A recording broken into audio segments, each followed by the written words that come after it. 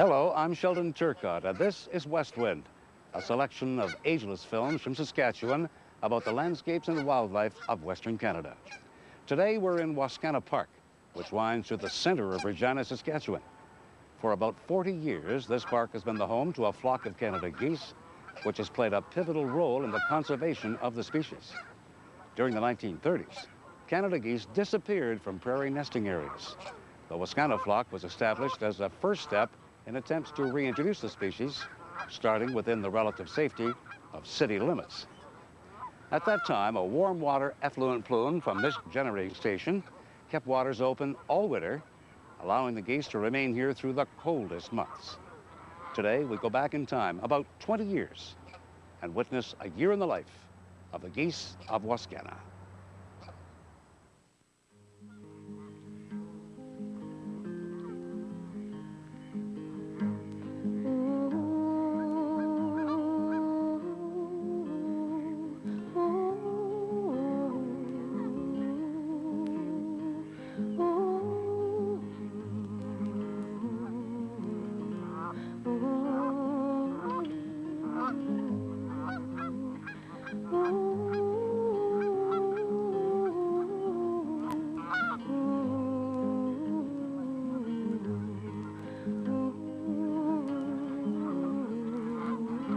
It's January, and it's 40 degrees below zero. The geese of Regina's Wascana Park are slow to awaken on another freezing morning. Canada geese and bitter cold are not a natural combination. Normally, they would be far to the south where water bodies are open all winter.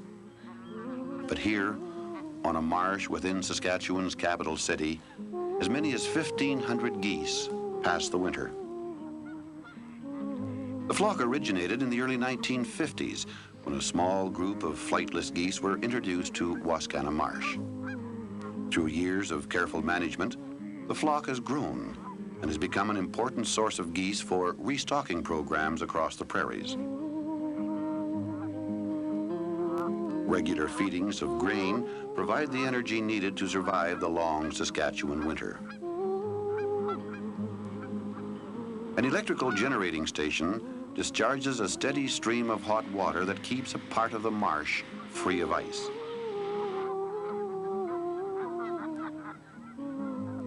For many people, the geese of Wascana are an important part of Regina. They make it possible to have close contact with wildlife all year round.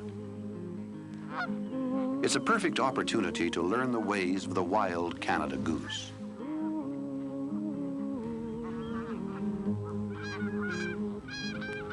During days of fine weather, the geese often fly to fields around the city to forage on leftover grain.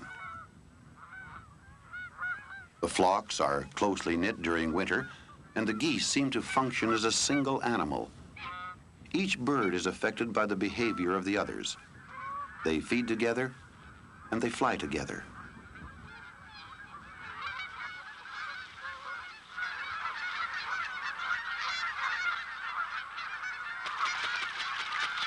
The noise and activity of the short return flight leaves the geese excited. Many begin bathing in a frenzy of activity as they work off the excess energy.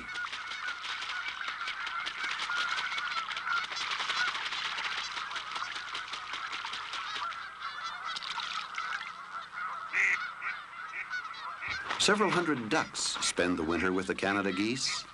Dabblers, such as the mallard, live off grain that is set out for the geese. The diving ducks depend on the marsh's natural food supply. At times, there are so many waterfowl on this small patch of open water that some biologists are concerned about the possibility of a serious disease outbreak. The lengthening days of March awaken the reproductive urge in the flock. The social behavior that bound them together during the winter is replaced by increasing hostility and intolerance of crowding. Chases and fights are frequent during warm weather.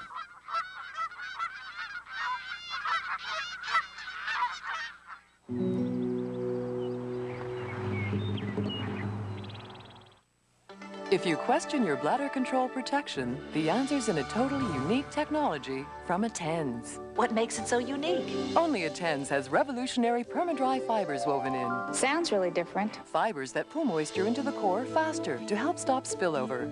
One more question. Where can I get it? Check for Attens at pharmacies. Whether you need a pad, guard, belted undergarment, or brief, Attens is the answer to protection without question. First, you've got to open the box. And then you've got to wake up the noodles. Then when it's all perfect, we get to eat.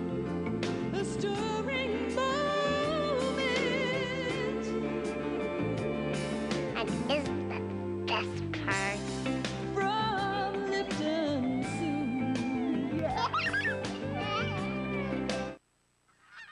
More and more, the geese appear as pairs, separate from the shapeless flock.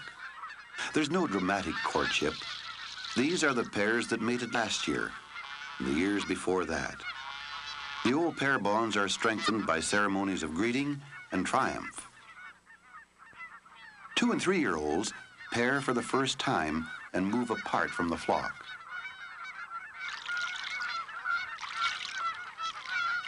A ritual of head dipping readies the pair for the act of mating.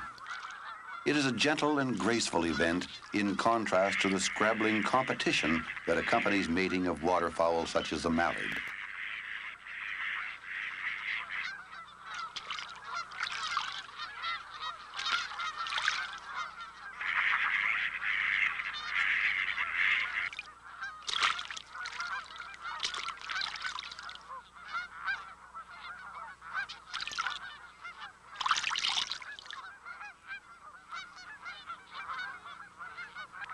Mating is followed by the gander's swan-like display and by a ritual of bathing.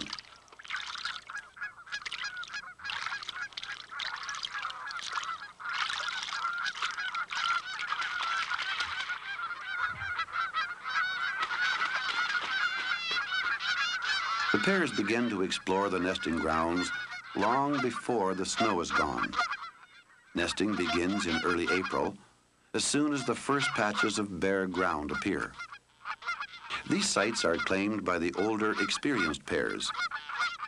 Many of them occupy the same nest site year after year. As more pairs try to establish nesting territories, there's increasing activity on the nesting grounds. The Wascana geese nest in higher densities than normal. Established pairs are continually challenged by pairs still searching for a place to nest. The territorial gander displays his white chin as a warning when a strange pair approaches.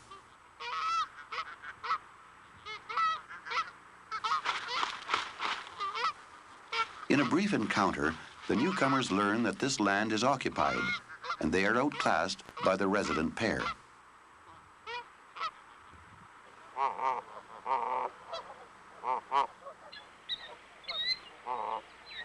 The nest is constructed in a clear spot or on a knoll that provides a view of the territory.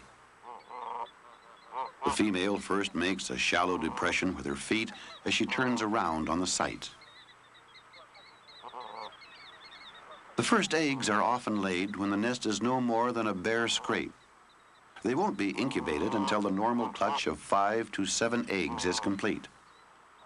Until then, the eggs are concealed with a loose covering of dry vegetation.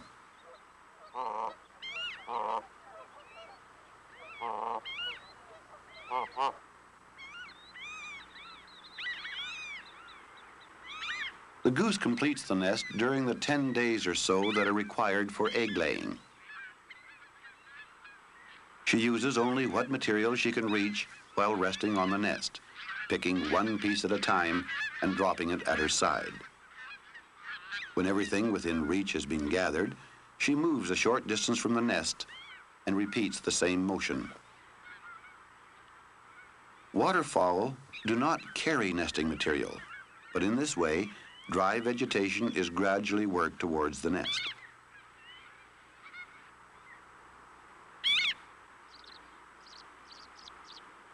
The appearance of down feathers in the nest marks the beginning of incubation. The finished nest is a mound of vegetation and down, often surrounded by a crater-shaped clearing from which every movable object is being pulled into the nest. By this time, territories are securely held. Encounters between neighbors are usually nothing more than a shouting match or brief chase. Resident birds are always dominant on their own territory, so a chase that carries across the boundary results in a complete switch-about of chaser and chased.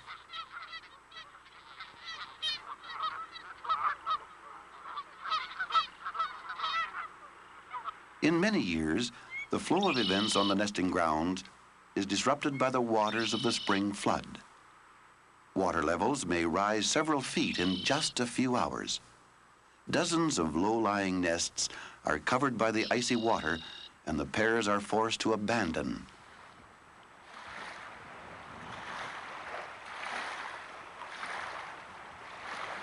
Some of them attempt to nest again, but with the high sites already crowded, there is little room for them.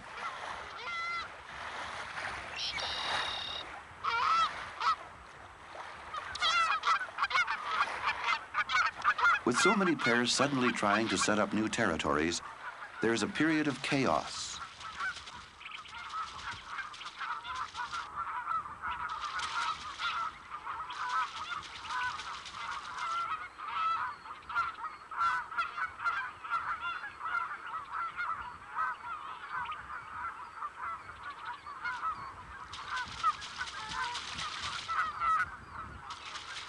The established geese are forced to defend their territories again and again. This often means that they are neglecting their own nests. Eggs may become chilled or may be lost to predators.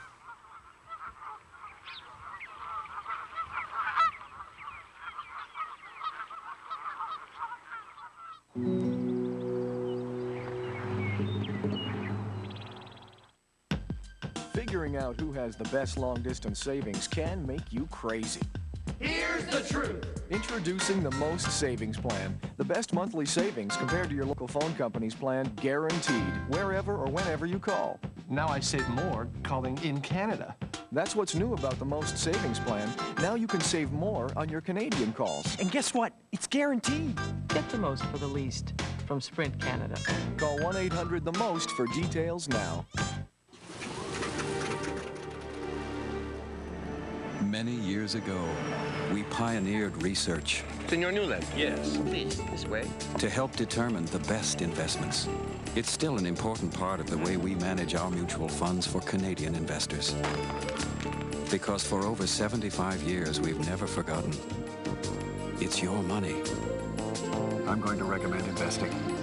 Scudder Funds of Canada. Call for more information. Hi, I'm Judy Halliday, your host for Heaven and Earth, the Discovery Channel's weekly tour of the skies above and the country around us. We'll visit constellations and galaxies and engage in more earthly pleasures like bird watching and gardening. Our calendar of events will guide you to a weekend full of science fun and adventure. For an exciting and enlightening look at our world, try Heaven and Earth this week. In time, the geese settle down to a relatively peaceful coexistence and to the business of incubation. It is the goose that cares for the nest and eggs, while the gander stands guard nearby. His presence ensures that the goose will not be disturbed.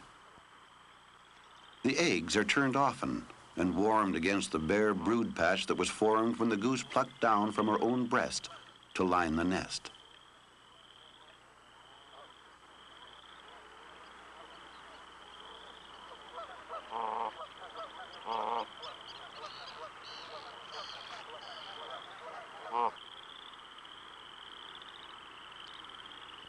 Once or twice each day, the pair may leave the nest to feed. A display of bill tossing and head wagging indicates the intention to take flight. The goose carefully covers the eggs with the nest down. This will keep them warm and hide them from predators.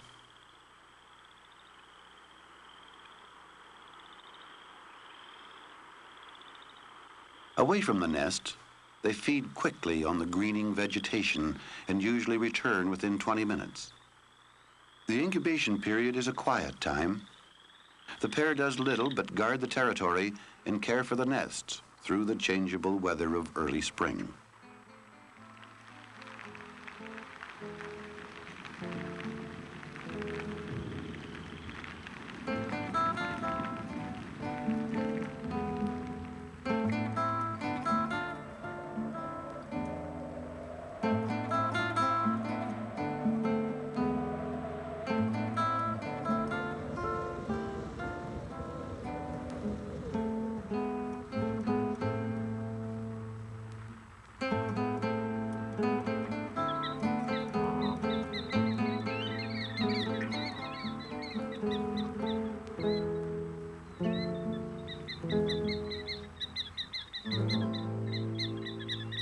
Days later, incubation ends with the hatching of the eggs. For a day or more before they emerge, the goslings call from within the eggs and are answered quietly by the goose. This communication helps to synchronize hatching, and the young become accustomed to their mother's voice even before they emerge. With the goslings in the nest, the adults are nervous and alert. They stop their territorial activity and hover close about the nest. The goslings are weak and vulnerable and are brooded closely in the nest for a day or so.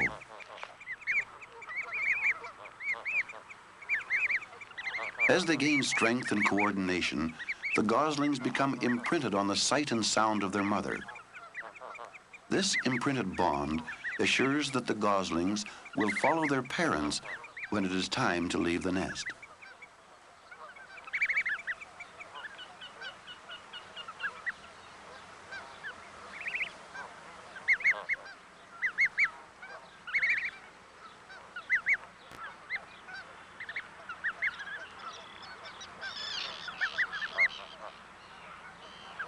The first to hatch are the first to begin exploring around the nest. They peck at new green leaves and at flies that land nearby. When the brood seems strong enough to travel, the adults become suddenly alert and begin calling urgently. This is a summons for the goslings to follow. It marks the end of their activity on the nesting ground.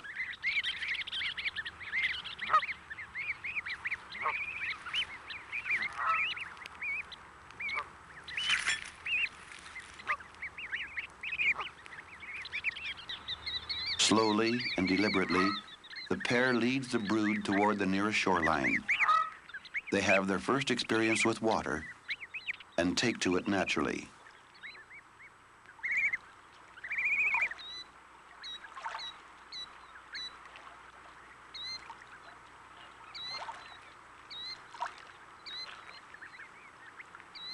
From this moment on, the goslings will always head for water when they feel threatened.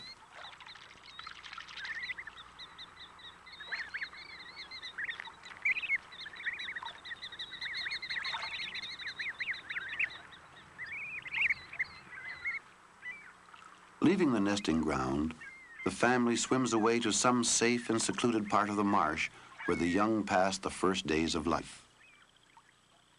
These first few days see the greatest loss of goslings as the weak or unwary are weeded out by the perils of the marsh. Even within the city, there are predatory gulls overhead, northern pike below, and mink along the shoreline.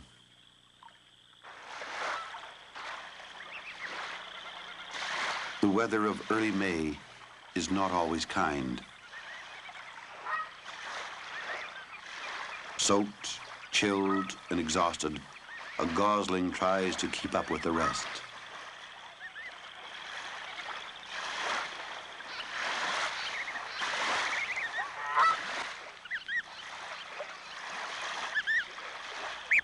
The parents will wait, trying to keep the brood together. But they can do nothing to help the ailing gosling. Survival depends on his strength alone. When the family moves on, he must follow or perish.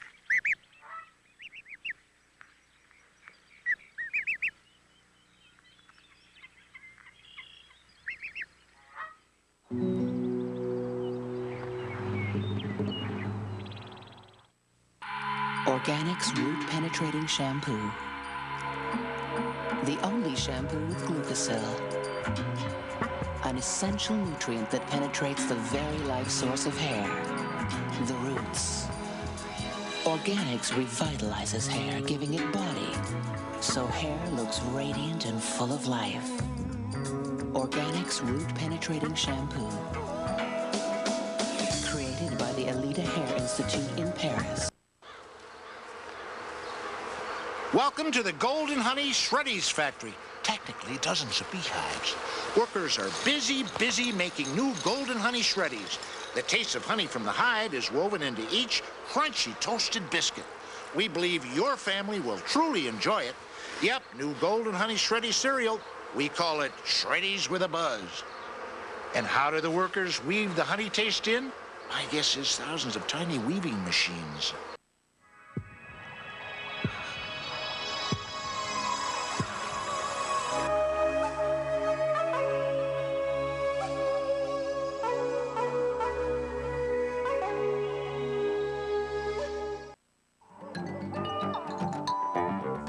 Hello, fellow birdwatchers, and welcome back for a brand new season of Twits and Fishers.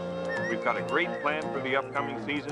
The migrating birds are coming back to Canada, so we'll be able to stay in Canada. We're going to hit a number of the great Canadian birding hotspots. Within a few days, the goose families have spread out into the parklands of Regina's Wascana Centre. Canada geese are vegetarians, and they spend much of their time grazing on park lawns where the grass is kept fresh by mowing and watering. The short grass offers no concealment for predators. If a cat or dog appears, the geese move quickly to the safety of open water.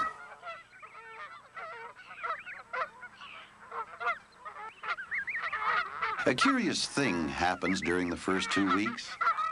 The adult geese have not yet learned to recognize their own goslings from others of the same age. From time to time, family groups become mixed together, and the adults lose track of which gosling belongs to whom. When the pairs separate, most of the goslings may go with the stronger pair, who resist attempts by the other pair to claim any of the goslings. The resulting gang broods may grow to contain 20, 30, 40, or even 50 goslings instead of 4 or 5. Together, the big broods thrive and grow quickly in the safe environment of Wascana Park.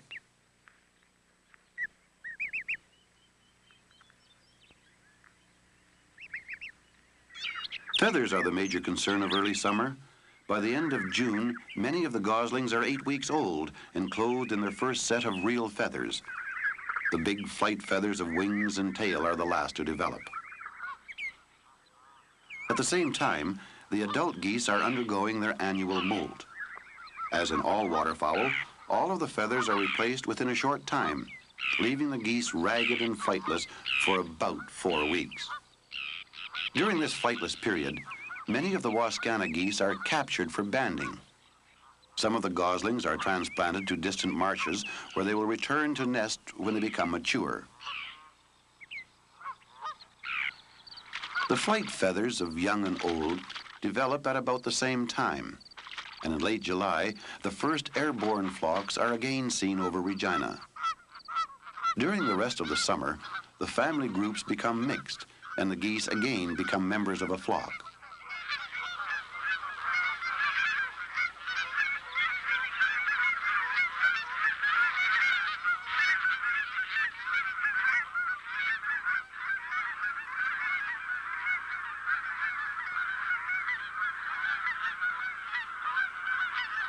Through late summer and into autumn, their numbers swell as the Wascana birds are joined by geese from surrounding nesting areas.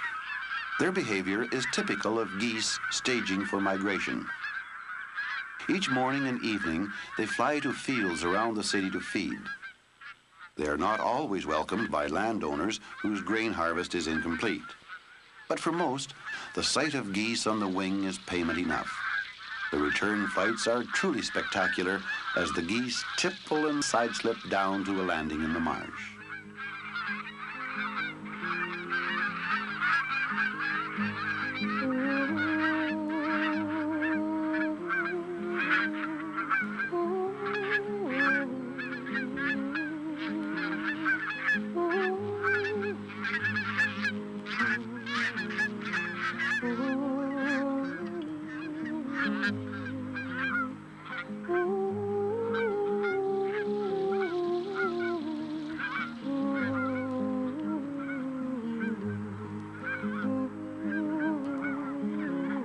Migrating flocks of cranes and geese from the north herald the approach of winter, and still the Regina flock lingers. Twice each day they leave the city, and twice each day they return. In time, some of them will also strike out towards the south, but many do not. With a patch of open water, regular meals, and a friendly human population, they have all they need right here. They are the geese of Wascana.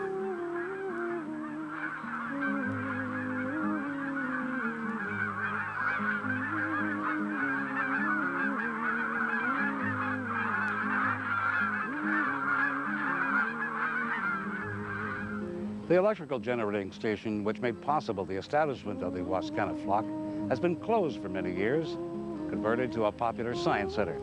But the geese remain, some even toughing it out through the winter without the benefit of open water. Over the years, offspring from the geese of Wascana have been transplanted to nesting areas across the prairies, where the species is again well established. Wascana geese have also been the foundation of flocks in cities across North America and beyond. I'm Sheldon Turcott. See you next time on West Wind.